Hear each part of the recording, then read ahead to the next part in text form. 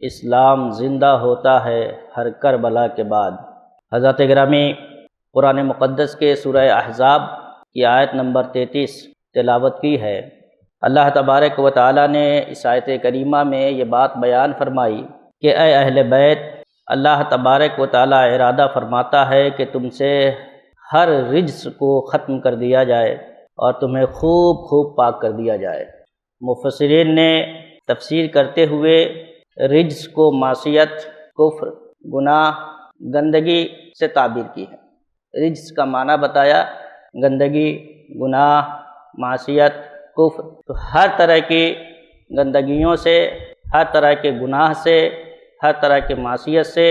کفر و شرک سے اللہ تبارک و تعالیٰ نے اہل بیت کو پاک و صاف کر دیا ہے اور خوب خوب پاک کر دیا ہے۔ 307 ہجری کے ایک مفسر ہے اسحاق بن ابراہیم، وہ اپنی تفسیر میں بیان کرتے ہیں کہ جب یہ آیت کریمہ نازل ہوئی تو نبی اکرم صلی اللہ تعالیٰ علیہ وآلہ وسلم نے حضرت علی کرم اللہ وجہ الکریم اور حضرت سیدہ فاطمہ، حضرت امام حسن، حضرت امام حسین کو جمع کیا اور جمع کر کے فرمایا ہؤلاء اہل بیتی، یہ میرے اہل بیت ہیں، اور دعا کی اے اللہ ان سے رجس کو دور کر دے اور انہیں خوب خوب پاک کر دے۔ ایسے ہی دوسری تفسیر ہے تفسیر بغوی، محی السنہ امام بغوی رحمۃ اللہ تعالیٰ علیہ نے حضرت ام سلمہ رضی اللہ تعالیٰ عنہا سے یہی روایت کی ہے کہ یہ آیت کریمہ حضرت ام سلمہ کے گھر میں نازل ہوئی تو نبی اکرم صلی اللہ علیہ وآلہ وسلم نے ان نفوس قدسیہ کو بلایا اور ان کو ایک چادر میں لپیٹا، یعنی ان کے اوپر چادر ڈالی، اور اس کے بعد فرمایا ہؤلاء اہل بیتی، یہ میرے اہل بیت ہیں۔ یہی تفسیر ابن کثیر نے بھی کی ہے اور یہی تفسیر قاضی ثناء اللہ پانی پتی نے اپنی تفسیر مظہری میں بھی کی ہے۔ اہل بیت اطہار حضرت سیدنا علی کرم اللہ وجہ الکریم، حضرت سیدہ فاطمہ، حضرت امام حسن، امام حسین رضوان اللہ تعالی علیہم اجمعین ہیں، اور حضور اکرم صلی اللہ علیہ وآلہ وسلم کو شامل کر کے ہم پنجتن پاک کہتے ہیں۔ ایک صاحب کہنے لگے کہ یہ تو بات تفسیر کی ہے، جب بات آتی ہے روایت کی کہ یہ بات رسول اللہ صلی اللہ علیہ وسلم نے کہی ہے تو حدیث کی کتابوں میں بھی حدیث موجود ہونی چاہیے۔ چنانچہ امام مسلم رضی اللہ تعالی عنہ نے جو صحیح مسلم کے جامع ہیں، انہوں نے حضرت عائشہ صدیقہ رضی اللہ تعالی عنہا سے روایت کی ہے اور اس میں بھی اسی بات کو بیان کیا ہے کہ حضور اکرم صلی اللہ علیہ وآلہ وسلم ایک چادر اوڑھے ہوئے نکلے، حضرت امام حسن، حضرت امام حسین، حضرت فاطمہ، حضرت علی تشریف لائے، حضور نے سب کو ایک چادر میں لپیٹ لیا اور فرمایا ہؤلاء اہل بیتی، یہ میرے اہل بیت ہے، اور پھر یہی آیت تلاوت فرمائی انما یریدکم اللہ لیذھب عنکم الرجس اہل البیت ویطہرکم تطہیرا۔ اسی طرح کی روایت امام ترمذی نے بھی کی ہے، امام احمد بن حنبل نے بھی کی ہے، اور مستدرک میں امام حاکم نے بھی کی ہے۔ آج کی جو تاریخ ہے 10 محرم الحرام، اسے ہم علی الخصوص امام حسین علیہ السلام کی شہادت کے طور پہ جانتے ہیں۔ یہی وہ تاریخ ہے جس تاریخ میں کربلا کے سرزمین میں امام حسین علیہ السلام اپنے تمام رفقا کے ساتھ شہید ہوئے، اسلام کے لیے، دین کے لیے، رسول کائنات صلی اللہ علیہ وآلہ وسلم نے جو چیزیں ہم تک پہنچائی تھی اس کی حفاظت کے لیے۔ تاریخی پس منظر میں جائیں تو حضرت امیر معاویہ رضی اللہ تعالی عنہ کے بعد یزید کو حکومت کے لیے نامزد کر دیا جاتا ہے، حکومت اسے سونپ دی جاتی ہے۔ یزید کے حاکم بننے کے بعد اسے چند لوگوں سے اپنی حکومت کا خطرہ محسوس ہوتا ہے۔ ان چند لوگوں میں ایک نمایاں نام حضرت امام حسین علیہ السلام کا بھی ہے۔ اس وقت حضرت ابو بکر کے صاحبزادے، حضرت عمر کے صاحبزادے، یہ لوگ موجود تھے اور ان لوگوں سے یزید کو خطرہ تھا۔ کہیں بھی حکومت بنتی ہے تو سب سے پہلے وہ اس بات پہ غور کرتی ہے کہ ہمارے لیے خطرہ کہاں کہاں ہو سکتا ہے، کن کن جگہوں سے لوگ ہمارے خلاف کھڑے ہو سکتے ہیں، پہلے وہاں کی چیزوں کو نمٹایا جائے۔ یزید نے بھی یہی کام کیا۔ مدینہ کے گورنر کو حکم ہوا کہ امام حسین سے یزید کے نام پر بیعت لے لی جائے۔ امام حسین علیہ السلام کو بلایا گیا، امام حسین تشریف لے گئے، گفت و شنید کے بعد بیعت سے انکار کر دیا۔ انکار کرنے کے بعد سختی برتی گئی۔ امام حسین نے اپنے گھر والے کو تیار کیا اور تیار کر کے کہا کہ ہم مدینہ سے کوچ کریں گے، یہاں رہنا مناسب نہیں ہے، حالات بگڑ رہے ہیں، ایسا محسوس ہو رہا ہے کہ اگر ہم یہاں سے باہر نہ نکلے تو مدینہ ہی میں خوریزی ہو جائے گی۔ اپنے گھر والوں کو تیار کرتے ہیں، وہاں سے مکہ کے لیے چل پڑتے ہیں۔ دنیا میں دو چیزیں ہیں اسلام ہمیں جو سکھاتا ہے، ایک چیز ہے رخصت اور ایک چیز ہے عزیمت۔ رخصت یہ ہے کہ کوئی مصیبت آ جائے، کوئی پریشانی آ جائے، کوئی دقت آ جائے آپ کے جان کی، مال کی، عزت آبرو کی، تو ایسی صورت میں اپنی جان، اپنے مال، اپنی عزت آبرو بچانے کے لیے آپ رخصت کا سہارا لے سکتے ہیں۔ کسی بھی طریقے سے کوئی بھی عمل کر کے، کوئی بھی حیلہ کر کے، کوئی بھی بہانہ کر کے، ظالم کا ساتھ نہ دے کر کے، اس کے سامنے خاموش ہو کر کے رخصت کا راستہ اختیار کر کے اپنے جان مال کی حفاظت کر سکتے ہیں۔ لیکن رخصت دائمی حل نہیں ہے، یہ وقتی طور پہ حالات کو کنٹرول کرنے کا ایک طریقہ ہے، حالات سے اپنے آپ کو بچانے کا ایک طریقہ ہے، یہ دائمی حل نہیں ہے۔ ظالم کے سامنے رخصت دائمی حل نہیں ہے، یہ وقتی حل ہے۔ دائمی حل یہ ہے کہ آپ لوگوں کے اندر، لوگوں کے ذہن میں ایک تحریک پیدا کر دے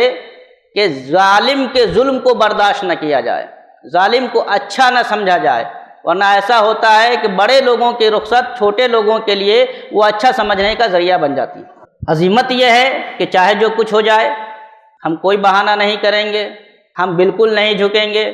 ہم کسی بات کو تسلیم نہیں کریں گے، جو حق بات ہے وہ کہہ کے رہیں گے، جو حق کام ہے وہ کر کے رہیں گے۔ اور یہ عزیمت پہ جب عمل ہوتا ہے تو بظاہر عزیمت پہ عمل کرنے والے کا کبھی کبھی نقصان ہوتا ہے، لیکن سماج کو سوچنے کا ایک نیا طریقہ دے جاتا ہے۔ چنانچہ وہ مدینہ جہاں پہ امام حسین پیدا ہوئے، پرورش پائی، نبی اکرم صلی اللہ علیہ وسلم کے گود میں کھیلے، حضرت علی حضرت فاطمہ کے گود میں کھیلے، بچپنے سے بڑے ہوئے، اب وہ مدینہ چھوڑ کر کے جانے کے لیے تیار ہیں۔ بہت سارے لوگ ہوں گے جو حج کیے ہوں گے، عمرہ کیے ہوں گے،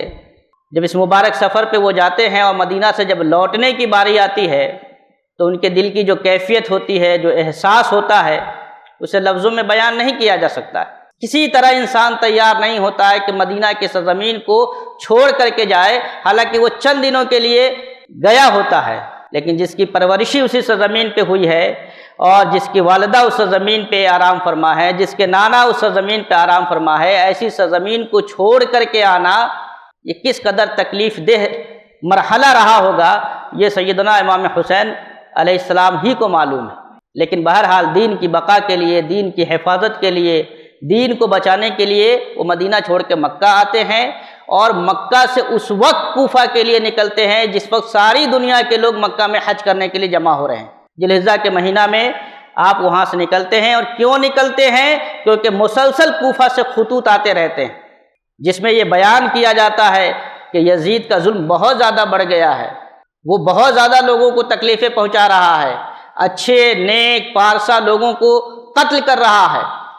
ایسے وقت میں ہماری حفاظت کے لیے، دین کی حفاظت کے لیے آپ تشریف لائے، یزید کے برخلاف ہم آپ کے ہاتھ پر بیعت کریں گے تاکہ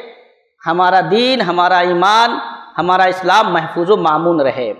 لوگ کہتے ہیں کہ امام حسین کو رخصت کا طریقہ اختیار کر لینا چاہیے، نہیں جانا چاہیے، لیکن اللہ کے جو نیک بندے ہوتے ہیں وہ انبیاء کے نقش قدم پر ہوتے ہیں۔ قرآن مقدس میں ایک بہت ہی مشہور واقعہ نقل کیا گیا حضرت موسیٰ علیہ السلام کا کہ فرعون جیسے جابر و قاہر حکومت کے خلاف اللہ تبارک و تعالیٰ نے حضرت موسیٰ علیہ السلام کو حکم دیا کہ اذهب الى فرعون انه طغى، کہ فرعون کے خلاف آپ کھڑے ہوئیے، اس نے سماج کے اندر سرکشی پیدا کر رکھی ہے، ظلم کی انتہا کر رکھی ہے۔ تو تنے تنہا اس زمانے میں حضرت موسیٰ علیہ السلام کھڑے ہوئے، موسیٰ علیہ السلام نے کھڑے ہو کر کے اس کے خلاف جو آواز بلند کی، جو تحریک چھیڑی، اس کے نتیجے میں ایک دن ایسا آتا ہے کہ فرعونیت کا خاتمہ ہوتا ہے۔ یہی عمل کربلا کے سرزمین پہ امام حسین نے اپنایا کہ ظالم کے خلاف، جابر کے خلاف کھڑے ہوئے، حق بات بیان کی، اور جو نظام حکومت اللہ کے نبی صلی اللہ علیہ وآلہ وسلم کے ذریعے خلافت راشدہ کے طور پہ دنیا کے سامنے آئی تھی، جس کو بدلنے کی ساری کوششیں اور ساری تیاریاں یزید نے کر لی تھی، اور ایک غیر منظم بالکل ہی جبر کا، قہر کا معجون مرکب بنا کر کے جو حکومت تیار ہوئی تھی، ایسی حکومت کے خلاف کھڑے ہو کر کے امام حسین علیہ السلام نے دنیا کو بتایا کہ کس طریقے سے حق کے ساتھ کھڑے ہو کر کے ظلم کے خلاف آواز اٹھائی جاتی ہے اور دین کو بچانے کی کوشش کی جاتی ہے۔ اگر امام حسین اس زمانے میں کھڑے نہیں ہوئے ہوتے کربلا کے سرزمین پہ، اپنے اور اپنے گھر والوں کی قربانی نہیں دی ہوتی، تو زمانہ خلافت راشدہ اور یزید کی حکومت میں فرق نہیں کر پاتا۔ لوگ یہی کہتے ہیں کہ خلافت راشدہ تو انہی لوگوں کے گھر سے شروع ہوئی تھی، جس طرح کی حکومت ابو بکر نے کی، حضرت عمر نے کی، حضرت عثمان نے کی، حضرت علی نے کی۔ امام حسین نے یزید کے ہاتھ پر بیعت کر کے اس بات کا اعلان کر دیا ہے کہ اسی طرح کی حکومت یزید کی بھی ہے۔ تو خلافت راشدہ اور ملوکیت میں فرق پیدا نہیں ہو پاتا، اس لیے امام حسین نے انکار کر کے اور دین کی بقا کے لیے ایک حد فاصل کھینچ دیا ہے کہ خلافت راشدہ یہ ہے اور اس کے مقابلے میں حکومت فاسدہ یہ ہے۔ بہرحال امام حسین نے جو قربانی دی، اس قربانی نے لوگوں کے اندر ایک تحریک پیدا کر دی، ظلم کے خلاف آواز اٹھانے کی، اپنے لیے لڑنے کی، دین کے لیے لڑنے کی، اور دین کے لیے اپنے جان مال سب چیز کی قربانی دینے کی۔ امام حسین علیہ السلام کی شہادت ہمیں یہ پیغام دیتی ہے کہ اے لوگو، رخصت اپنی جگہ صحیح ہے لیکن رخصت دائمی حل نہیں ہے۔ آپ دیکھیں کربلا کے سرزمین پہ جن لوگوں نے مدینہ میں یا مکہ میں رخصت کا راستہ اختیار کیا، تو کیا یزید نے ان لوگوں کو چھوڑ دیا؟ امام حسین کی شہادت ہو جاتی ہے 61 ہجری میں کربلا کے سرزمین میں، اور 62 ہجری میں مدینے پہ یزید چڑھائی کرواتا ہے، مسجد نبوی کی حرمت پامال کی جاتی ہے، وہاں گھوڑے اور کھچر باندھے جاتے ہیں، وہاں گندگیاں کرائی جاتی ہے، مدینہ کی خواتین کو بے آبرو کیا جاتا ہے، ان کی عزتوں سے کھیلا جاتا ہے، لوگوں کے جان مال کی لوٹ ہوتی ہے۔ اور جب مدینہ تاراج ہو جاتا ہے، مدینہ کو اپنے اعتبار سے یزید جب نیست و نابود کر لیتا ہے، تو وہاں ٹھنڈا نہیں ہوتا، وہاں رکتا نہیں ہے، اگلے 63 ہجری میں مکہ پہ حملہ کرتا ہے اور